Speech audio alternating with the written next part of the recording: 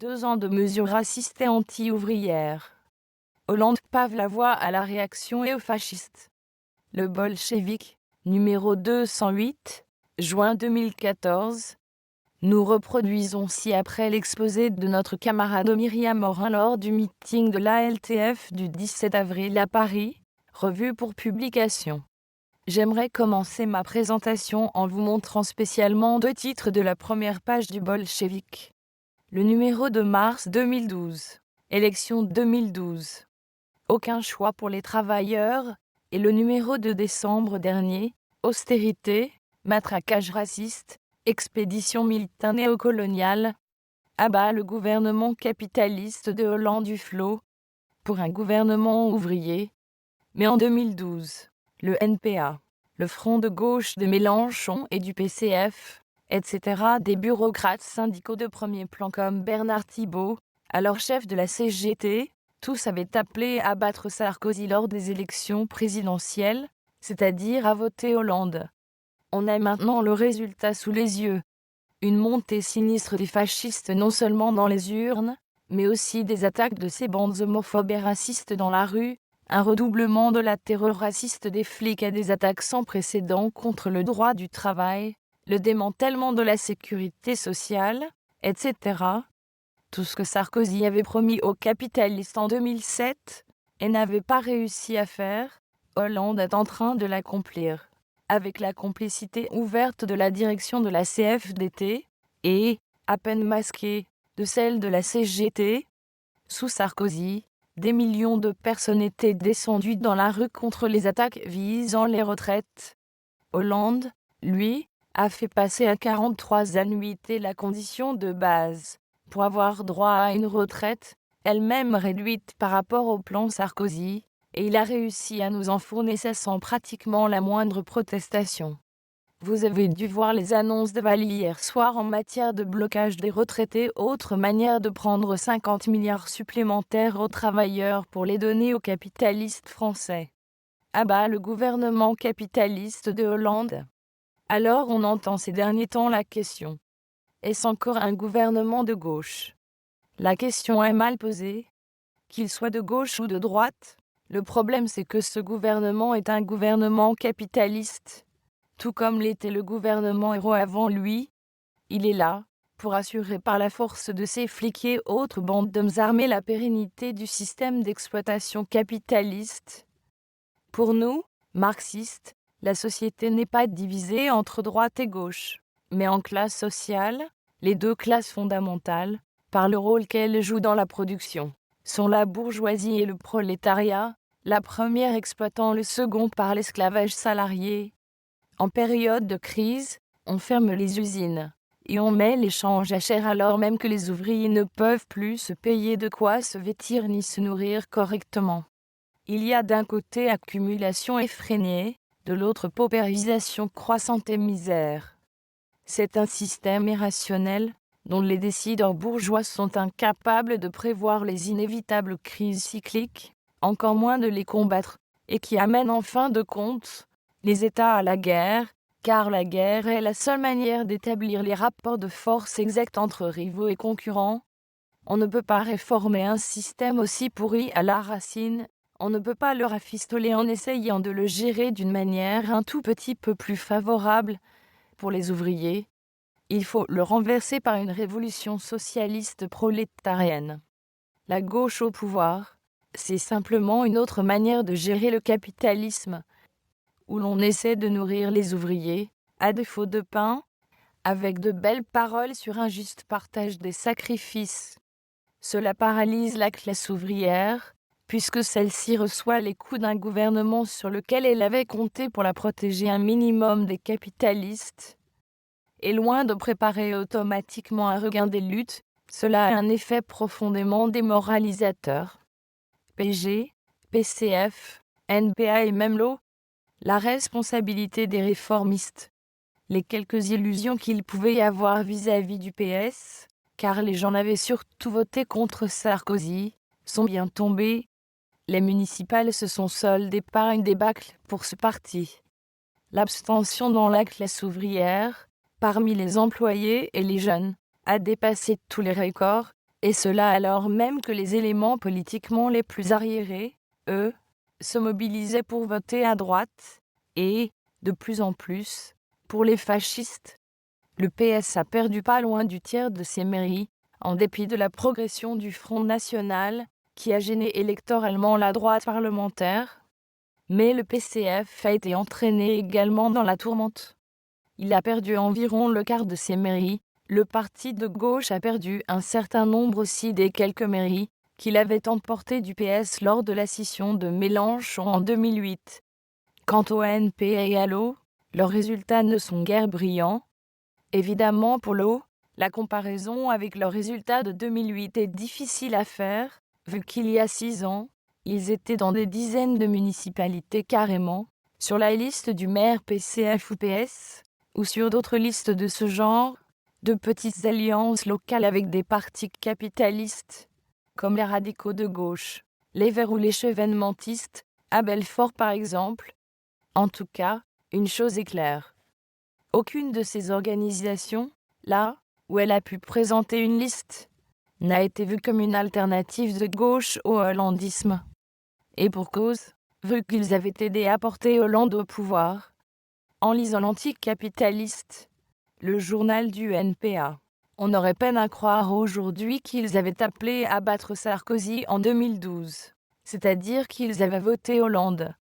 Pour la première fois depuis 41 ans, si l'on compte le NP avec son prédécesseur, la LCR, ces gens-là n'ont pas appelé ouvertement à voter PS ou PCF au deuxième tour des élections, mis à part bien sûr 2002, où la LCR avait voté Chirac. Cela ne reflète certainement pas un tournant à gauche du NPA, mais c'est un indice sûr de l'ampleur du discrédit du PS, que les opportunistes du NPA aient préféré ne pas le soutenir ouvertement. Lutte ouvrière, plus hypocrite encore que le NPA, donne à entendre aujourd'hui qu'ils s'étaient abstenus, il y a 2 ans. En fait, ils avaient parlé d'un choix personnel, que les ouvrières étaient libres de faire entre l'abstention et le vote Hollande, à l'exception seulement d'un vote pour Sarkozy. Et à Hénin-Beaumont, l'eau avait appelé aux législatives de juin 2012 à voter PS contre Le Pen 2 ans plus tard. Les fascistes du FN, vus comme les seuls opposants sérieux au système UMPS discrédité, ont remporté cette mairie. De Mitterrand à Hollande en passant par Jospin et Ségolène Royal, nous avons toujours refusé d'appeler à voter pour de telles alliances avec des partis capitalistes, des gouvernements ou des municipalités de Front populaire. En France, le mécanisme classique de la collaboration de classe tourne autour d'une alliance du PS et du PCF incluant des partenaires bourgeois, radicaux de gauche, chevènementistes, verts, etc. On a appelé cela Union de la gauche sous Mitterrand, ou plus tard gauche plurielle sous Jospin. Il y a 15 ans, à chaque fois cela a servi à démoraliser la classe ouvrière et préparer un retour en force de la réaction. C'est à nouveau le cas aujourd'hui, avec non seulement l'écrasante victoire électorale de la droite revancharde aux dernières municipales, mais aussi la sinistre montée des fascistes du Front National. Avec le discrédit du gouvernement, on a un double mouvement, où de tous les côtés les anciens partenaires cherchent à assurer leurs arrières. Les Verts bourgeois ont quitté le gouvernement, et les organisations ouvrières se découvrent des accents oppositionnels inédits, ce qui dans certains cas est d'un ridicule achevé, notamment dans le cas du PCF, qui vient à peine de se présenter sur des listes communes, avec le PS dans des centaines de municipalités.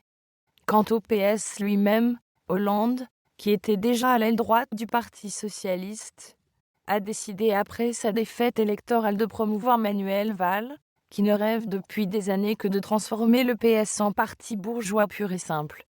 Harlem Désir, le chef du PS, a été limogé et remplacé par Jean-Christophe Cambadély, l'ex-gros bras droit de Dominique Strauss-Kahn, lui-même ex-directeur du FMI. Pour tous ces gens, Tony Blair est un modèle. Il avait entrepris il y a près de 20 ans de transformer le Parti travailliste britannique en un parti bourgeois normal, en coupant les liens avec les syndicats qui avaient créé le Parti travailliste. Il prenait pour modèle les démocrates américains. Jean-Luc Mélenchon, jamais à court d'illusions dans d'hypothétiques forces vives du PS, avait quitté le PS en 2008 car il anticipait ce genre de développement et voulait regrouper derrière lui les éléments du parti encore liés d'une manière ou d'une autre à la classe ouvrière et à des prétentions socialistes. Les choses ne sont pas allées aussi vite, et le parti de gauche se développe très lentement. On ne construit pas un nouveau parti de masse de la classe ouvrière, y compris un parti réformiste, en l'absence de lutte sociale prolétarienne convulsive. Mélenchon n'a nullement l'intention de faire autre chose que de gérer loyalement le capitalisme français. Il veut tout au plus revenir au PS de Mitterrand-Jospin, dont il avait été sous-ministre. Quelques-uns de ses principaux lieutenants sont issus du chevènementisme, un courant bourgeois particulièrement chauvin et protectionniste. Mélenchon a lancé après les municipales des appels à constituer un grand front populaire écologiste pour faire pression sur le PS depuis la gauche, et il a adressé des suppliques en ce sens aux Verts, qui ne se réclament ni de près ni de loin de la classe ouvrière ou de la lutte contre le capitalisme.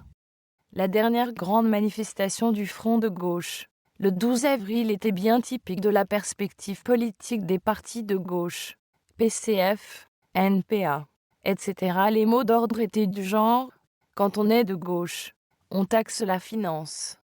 Lutte ouvrière s'est abstenue de participer à cette dernière manifestation.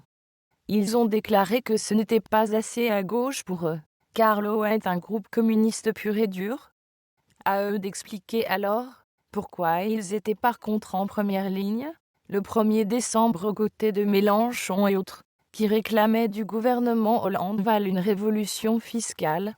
En matière de communisme, l'OA vient surtout de voter pour le Parti communiste français, dans un certain nombre de municipalités capitalistes, où l'OA faisait partie depuis 2008 de la majorité municipale, notamment à Saint-Denis, où le maire PCF Didier Paillard a, comme tant d'autres, pratiqué les expulsions. Paillard a par exemple, en juin de l'année dernière, fait expulser des ouvriers africains sans papier, qui logeaient rue Gabriel Péri. En guise de relogement, certains se sont retrouvés en centre de rétention, mais vous pouvez toujours courir pour entendre parler de cette affaire dans Lutte ouvrière. Et l'OA ne peut pas prétendre que son appel à voter Paillard ne prête pas à conséquence, et qu'on ne peut donc pas lui en tenir rigueur.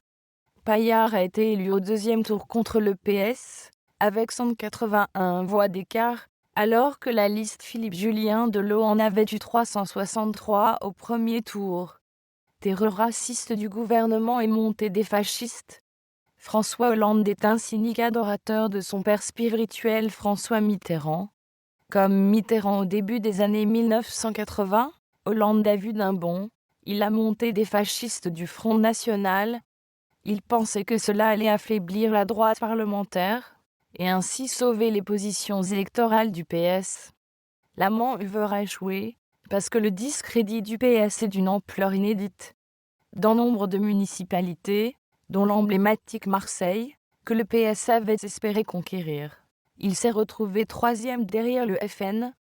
Dans le 7e secteur de Marseille, où le FN l'a emporté, le PS est passé de 41% des inscrits à la présidentielle de 2012 à moins de 18% au deuxième tour des municipales. Ce qu'il y a de grave là-dedans, ce n'est pas les pertes du PS, mais les campagnes racistes incessantes que le gouvernement a menées depuis 2 ans, avec à l'avant-garde le flic Valls qui a aujourd'hui pris du galon. Ces campagnes de banalisation du racisme durent depuis 40 ans. Valls s'est mis à interdire des manifestations islamistes. Nous avons été pratiquement les seuls à protester, en déclarant potentiellement verbaux 30 mots d'ordre contre des États alliés de l'impérialisme français, comme les États-Unis ou Israël. Il a multiplié les expulsions de Roms et les destructions de bidonvilles, non pas pour reloger les Roms, mais pour les précariser encore plus, et attiser le racisme contre eux. Les expulsions de sans-papiers sont maintenues au rythme effarant qu'avait instauré Sarkozy, et même à un rythme supérieur pour les expulsions hors d'Europe.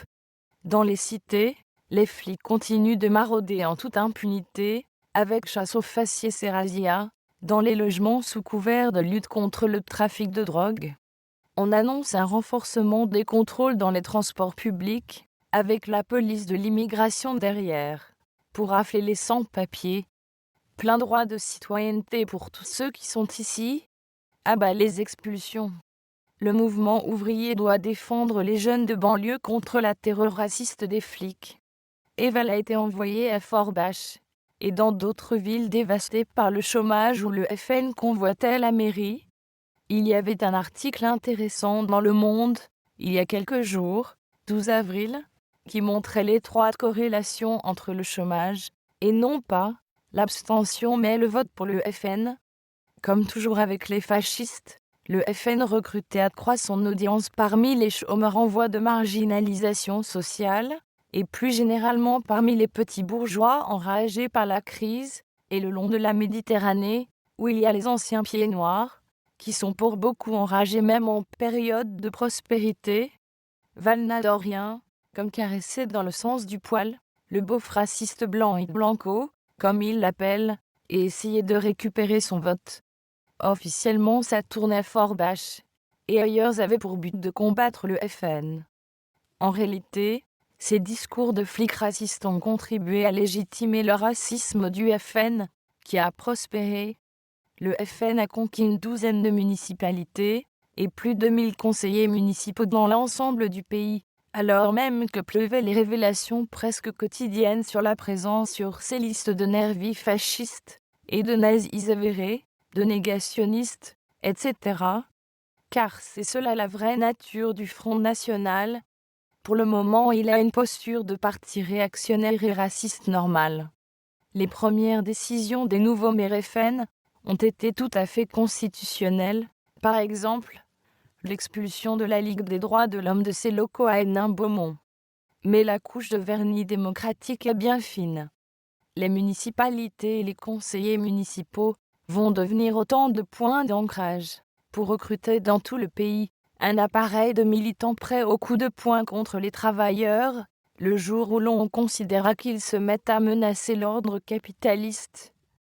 Les manœuvres d'enfumage démocratique et républicain sont classiques chez les fascistes. Trotsky écrivait dit-il en décembre 1931. Son calcul est tout à fait clair et évident. Il cherche à endormir l'adversaire, avec la perspective plus lointaine de la croissance parlementaire des nazis, pour porter au moment favorable un coup mortel à l'adversaire que l'on aura endormi. Trotsky a publié au début des années 1930 de nombreux écrits pour faire comprendre ce qu'était le fascisme et comment on pouvait le combattre avant qu'il ne soit trop tard.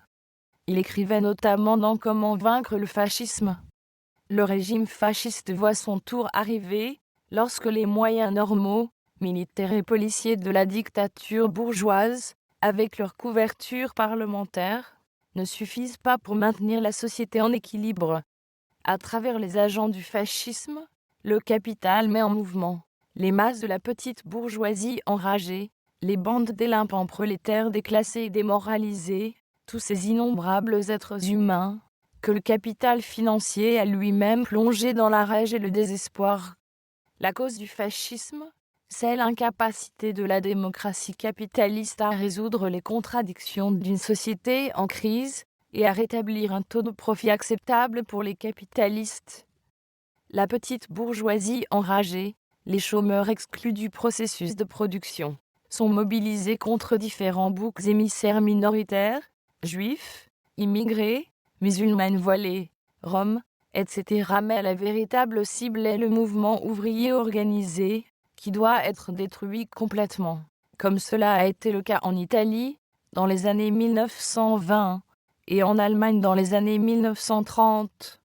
Trotsky disait aussi: le fascisme italien est issu directement du soulèvement du prolétariat italien, trahi par les réformistes. Depuis la fin de la guerre, le mouvement révolutionnaire en Italie allait en s'accentuant, et, en septembre 1920, déboucha sur la prise des fabriques et des usines par les ouvriers. La dictature de prolétariat était une réalité, il fallait seulement l'organiser, et en tirer toutes les conclusions. La social-démocratie prit peur, et fit marche arrière. Après des efforts audacieux et héroïques, le prolétariat se retrouva devant le vide. L'effondrement du mouvement révolutionnaire fut la condition préalable la plus importante de la croissance du fascisme. En septembre, l'offensive révolutionnaire de prolétariat s'arrêtait. Dès novembre, se produisait la première attaque importante des fascistes, la prise de Bologne. Il est clair que nous ne sommes pas au lendemain d'un échec révolutionnaire qui a semé la terreur parmi la bourgeoisie. En ce sens, une dictature fasciste n'est pas à l'ordre du jour immédiatement. Mais la crise capitaliste est si profonde, en Europe encore plus qu'ailleurs, et le PS, l'UMP, etc. sont si déconsidérés que, s'il y a une explosion sociale face aux attaques qui pleuvent, les fascistes chercheront à se présenter comme le seul recours potentiel pour la bourgeoisie. Les capitalistes sont de plus en plus acculés, notamment l'impérialisme français, dont la décadence s'accélère au fur et à mesure qu'il perd du terrain par rapport à son principal rival, l'impérialisme allemand. L'Union européenne capitaliste impérialiste et son instrument monétaire, l'euro. Après 6 ans de crise économique, on voit un peu partout la montée du nationalisme bourgeois et de sa forme la plus brutale, le fascisme. En Hongrie, il y a un parti de droite dur installé au pouvoir, avec les fascistes du Jobbik qui font 20% des suffrages. En Grèce, il y a Obdoré, sur laquelle je ne vais pas m'étendre, parce que nous avons publié plusieurs articles de nos camarades grecs là-dessus. Et ainsi de suite. En Ukraine a eu lieu en février un coup d'État, avec les fascistes en première ligne. Et derrière il y avait les impérialistes, notamment les impérialistes américains avec Fabius en écho, et le NPA, qui essayait désespérément de donner une coloration révolutionnaire à l'Arakan et aux nazis de la place Maïdan. En réaction, les peuples minoritaires luttent contre l'oppression nationale qu'ils subissent, que ce soit les Russes en Crimée, les Catalans en Espagne, les Basques en France et en Espagne. En France ont aussi contribué à la montée du FN, les campagnes protectionnistes de Montebourg, pour acheter français, et celles de Mélenchon pour le protectionnisme solidaire, c'est-à-dire prenant l'unité nationale, avec les capitalistes français contre les ouvriers du reste du monde. Et le mois prochain, le FN risque de rafler le gros lot aux élections européennes, ce qui va lui assurer une nouvelle tribune et de considérables financements de l'État capitaliste pour déverser ses appels à la haine raciale. Nous avons toujours été contre l'Union européenne. C'est un consortium impérialiste instable emmené par l'Allemagne, et dans une moindre mesure la France, pour davantage peser économiquement face aux impérialistes américains et japonais, et pour saigner la classe ouvrière au niveau intérieur. L'UE et ses règles économiques de plus en plus draconiennes servent de prétexte aux bourgeoisies européennes, y compris françaises, pour pratiquer une austérité sauvage et organiser le contrôle de l'immigration en amont des frontières. Ce sont les flics italiens ou grecs qui coulent ou laissent sombrer les navires d'immigrants en Méditerranée, les flics espagnols qui tirent sur les bouées d'immigrés, qui essaient de gagner à la nage l'enclave espagnole de Ceuta au Maroc, et ainsi de suite. Nous disons l'Union européenne capitaliste, la forteresse europraciste.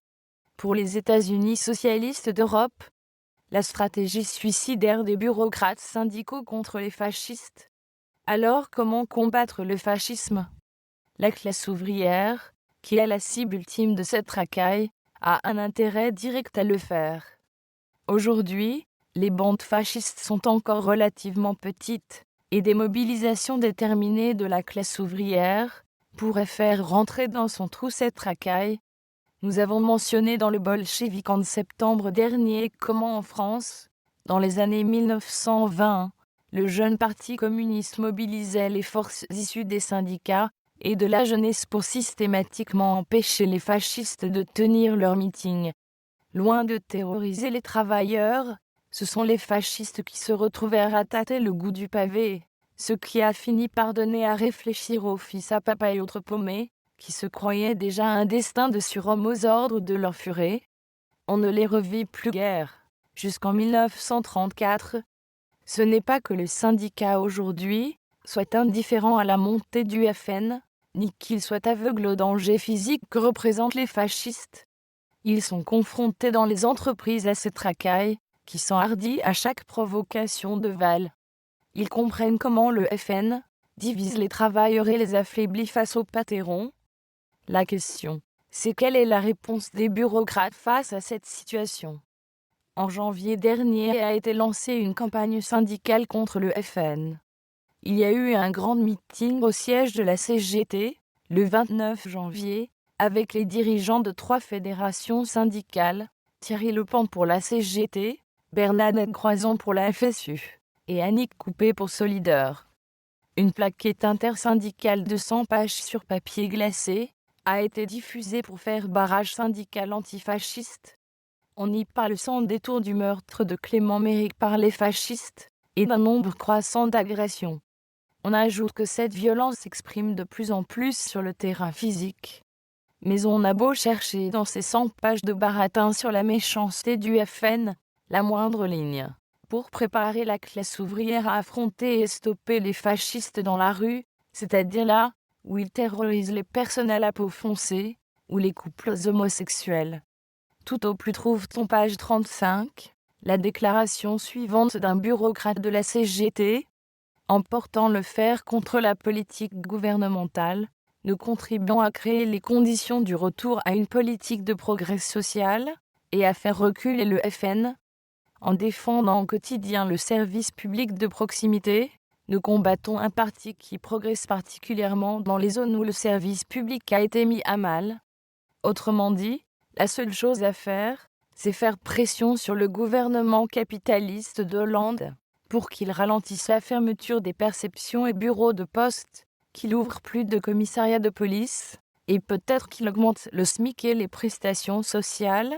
Ah oui, il y a aussi mettre des petits bouts de papier de n'importe quelle couleur sauf brune dans des boîtes en plastique. Le 22 mars, un tel constat de faillite du mouvement ouvrier organisé aide les fascistes à se présenter comme les seuls défenseurs de l'ouvrier, français bien sûr, et les seuls qui soient déterminés à liquider ce système en pleine putréfaction.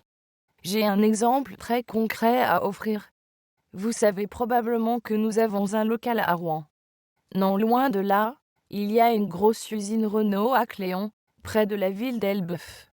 Elbeuf est une ancienne ville industrielle ravagée par les fermetures d'usines. Aux élections municipales, une liste FN, avec notamment un ex-militant de la CGT, se présentait contre le maire PS. Le FN avait appelé à un meeting pour lancer ses appels à la haine raciste dans le quartier du Puchot, un quartier ouvrier rongé par un chômage chronique massif. Une manifestation a été appelée le jour même par la gauche locale, et il y avait de nombreux militants syndicaux avec leurs drapeaux, y compris de l'usine Renault. Cela faisait des centaines de personnes, la plus grosse manifestation dans la ville depuis des années. Mais là où le service d'ordre de la CGT s'est montré particulièrement actif, organisé et décidé, cela a été lors de la dissolution de la manifestation, pour disperser les antifascistes. L'idée même d'envisager d'empêcher la tenue du meeting raciste et antisyndical du FN est complètement étrangère aux bureaucrates syndicaux et aux réformistes. Cette histoire d'Elbeuf montre à la fois que les travailleurs du coin étaient mobilisés face au danger du FN, mais que la stratégie de leur direction était opposée à une action déterminée pour empêcher le FN de tenir sa provocation. Au final, le FN a fait plus de 35% des voix dans cette ancienne ville ouvrière. NPA. L'eau. Chambre d'écho de la bureaucratie syndicale. Maintenant la politique du NPA. C'est ni plus ni moins ce que les bureaucrates ont mis en place dans les rues d'Elbeuf. Une mobilisation unitaire, tous ensemble contre le FN, etc. Le NPA appelle à des meetings antifascistes unitaires, où tout le monde est invité et est le bienvenu, sauf les trotskistes de l'ALTF, qui sont les seuls à avoir une perspective pour stopper les fascistes. Nos camarades ont sorti un petit tract sur les exclusions répétées contre nous par le NPA de Rouen. Nous l'avons publié dans le Bolchevique du mois de décembre. Quant à l'eau, Elle a fait des commentaires désobligeants sur les tactiques de gauchistes, qui cherchent la baston entre leurs maigres forces et les groupes de FACO. C'est effectivement le genre de tactique qui mène les antifascistes, le plus souvent à l'hôpital ou au commissariat de police. Mais le message que l'on fait passer avec ces commentaires, c'est qu'elle est opposée à l'idée de chercher à mobiliser en masse le prolétariat organisé à la tête de tous les opprimés, pour stopper physiquement les fascistes. Au fond, l'on n'a pas non plus d'autre politique que la CGT. Ils noircissent des pages et des pages de papier pour essayer de convaincre les électeurs potentiels du FN qu'en fait ce parti est simplement anti-ouvrier et capitaliste. Qu'en gros, c'est de l'UMPS en pire. Vous pouvez regarder la propagande électorale de l'eau pour les municipales qu'ils ont republiée dans Lutte de classe, mars. La question du racisme est purement et simplement évacuée, et au lieu de cela, on a quelques plates mises en garde du genre que le FN est autant que la droite et la gauche au service du grand patronat et des banquiers que les autres, mais en prenant une politique encore plus réactionnaire et plus autoritaire contre les classes populaires. Ou encore il y a eu la discussion jeudi dernier, 10 avril, à la télé entre Marine Le Pen et Jean-Pierre Mercier, dirigeant de l'eau, qui se présentait pour l'occasion en simple ouvrier de l'automobile et syndicaliste. Accepter de discuter avec les fascistes revient à légitimer leurs discours racistes et anti-syndicaux. C'est tout le mouvement ouvrier qui est perdant à ce genre de débat. Et c'est bien ce qui s'est passé. Le Pen a prétendu que le FN est le meilleur défenseur des ouvriers, et elle s'est réjouie que seuls 22% des Français, d'après elle, font confiance aux syndicats pour les défendre. Elle disait à Mercier: « Vous les faites défiler, et après c'est bon, on rentrera à la maison, c'est fini. » Elle a accusé les syndicats d'être main dans la main avec les patrons, complices du grand patronat, et les ouvriers s'en rendent compte faisant démagogiquement l'amalgame entre les syndicats et les trahisons bien réalisées. Le Pan, chef de la CGT, et autres bergers, CFDT. Les fascistes veulent carrément détruire les syndicats, ce n'est pas avec eux qu'on peut débattre des problèmes de leur direction. Mercier a farouchement nié cette complicité des bureaucrates avec les patrons, prenant ainsi la défense de leur politique. Et en effet, le travail de l'eau dans les syndicats est réformiste, comme l'eau le reconnaissait, il y a quelques années, voire lutte de classe, février 2008, et comme Mercier l'a montré à la direction de la CGT-PS à Aulnay, j'en reparlerai tout à l'heure. De même, comme l'eau n'est pas opposée sur le fond à l'Union européenne capitaliste et à l'euro, elle s'était abstenue sur le traité de Maastricht en 1992. Mercier a permis à Le Pen de se présenter mensongèrement comme le défenseur de l'ouvrier français, y compris d'origine immigrée, notamment face à la directive détachement de l'UE, qui organise la destruction des acquis sociaux en permettant l'emploi de travailleurs étrangers détachés à des conditions salariales et de protection sociale bien pires. Les ouvriers ont raison d'être défiants vis-à-vis de l'UE, mais ils ne doivent pas céder aux sirènes nationalistes du protectionnisme. Ils doivent au contraire comprendre que les ouvriers d'Europe de l'Est, embauchés par des compagnies sous-traitantes à une fraction des avantages sociaux du droit français, et dans des conditions s'accompagnant généralement d'heures supplémentaires massives non payées, sont des frères de classe. Il faut lutter pour les recruter aux syndicats et pour les faire embaucher, avec des contrats de travail égaux à ceux des travailleurs français. Quel programme pour vaincre le fascisme ? Loin de nous l'idée que les choses soient faciles. La classe ouvrière a été décimée par plus de 30 années de fermeture d'usines et de désindustrialisation du pays, menée notamment par des gouvernements de gauche.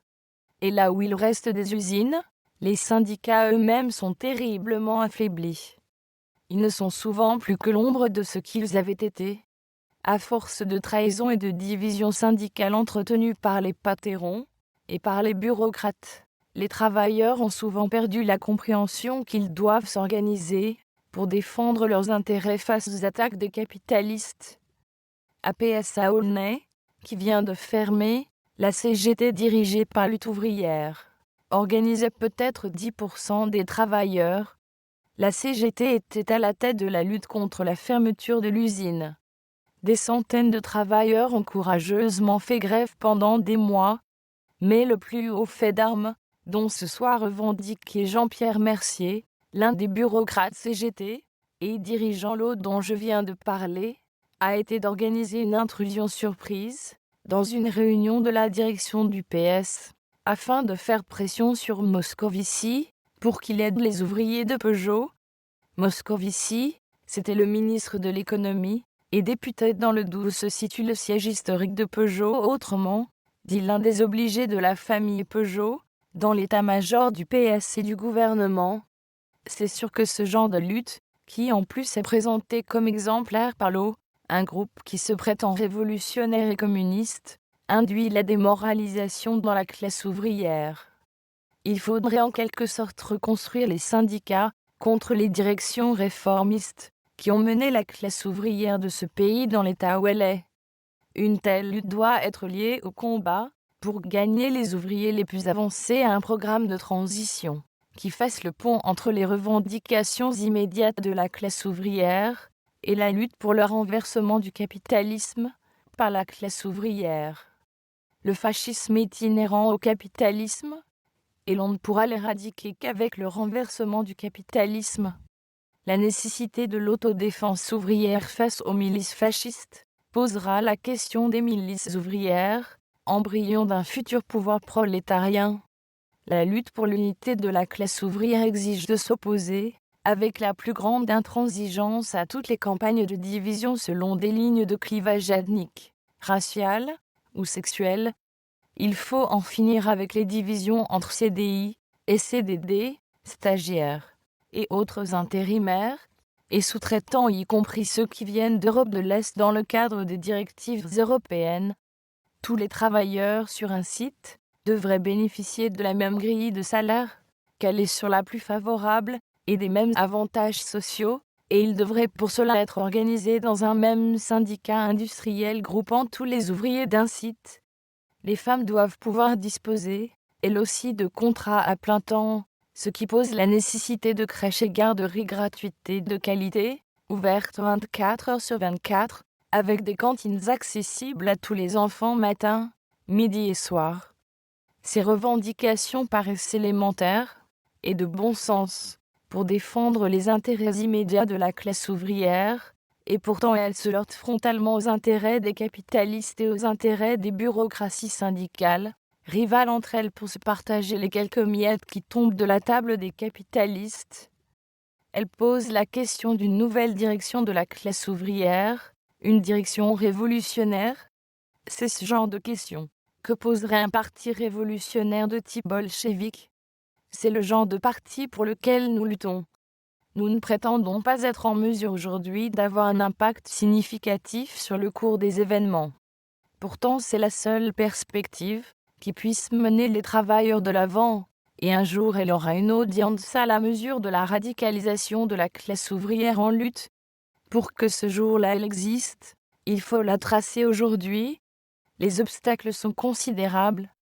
Il n'y a pas seulement, si j'ose dire, les trahisons des sociaux-démocrates français depuis 30 ans et plus. Il y a aussi des facteurs d'ampleur internationale et historique, qui pèsent sur le niveau de conscience de la classe ouvrière. La destruction de l'Union soviétique a provoqué une grande démoralisation dans le prolétariat. La bourgeoisie proclame depuis sans relâche que le communisme est mort, et qu'il faut donc accepter la perpétuation du capitalisme pour les siècles des siècles. Le résultat, c'est que les anciens militants croient souvent aujourd'hui que le communisme a beau être une belle idée, cette belle idée a échoué. Quant aux plus jeunes, ils n'ont simplement même pas l'idée qu'il pourrait y avoir une société socialiste égalitaire basée sur l'abondance matérielle. Leur conception du socialisme ne va guère au-delà d'une certaine redistribution des revenus. Les conceptions réactionnaires sur la décroissance font fleuret, y compris dans une partie de la gauche, comme le NPA. Dans le contexte de récession permanente que nous vivons depuis l'éclatement de la crise capitaliste internationale en 2008, cela revient à faire accepter l'idée que les pauvres en ont encore trop. pour un parti ouvrier léniniste tribun du peuple.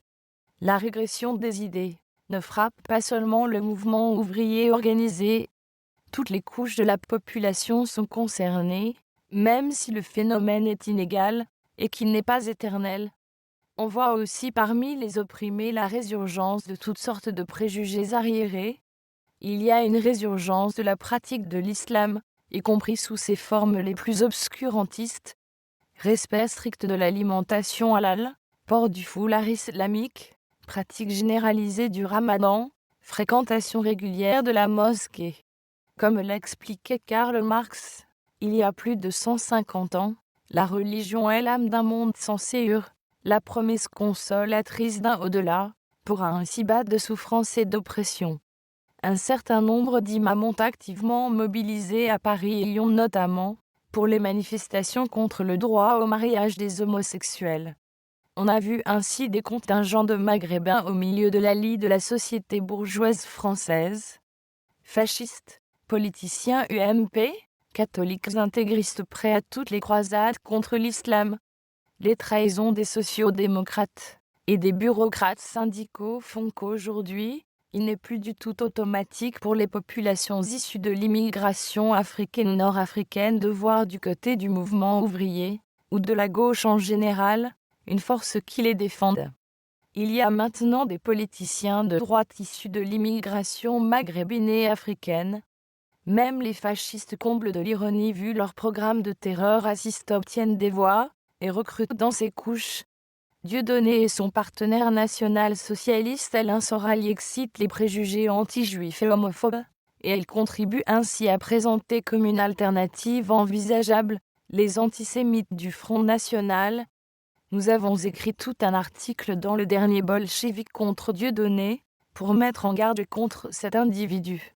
En même temps, nous avons condamné le soutien que Mélenchon et Lutte ouvrière ont apporté à la censure de ces spectacles par le gouvernement Valls. Ce genre de soutien, plus ou moins avoué, ne peut que créer des illusions, que l'État bourgeois serait un rempart contre la montée des idées réactionnaires et l'oppression. C'est tout le contraire. L'État, c'est fondamentalement un ensemble de forces répressives pour protéger le système d'exploitation capitaliste contre les travailleurs et les opprimés. Pas plus tard qu'avant-hier, vous avez dû entendre comment les flics avaient pour consigne de faire la chasse aux Roms, de façon ciblée, dans le 6e arrondissement de Paris. Nous cherchons à nous inspirer des conceptions de Lénine.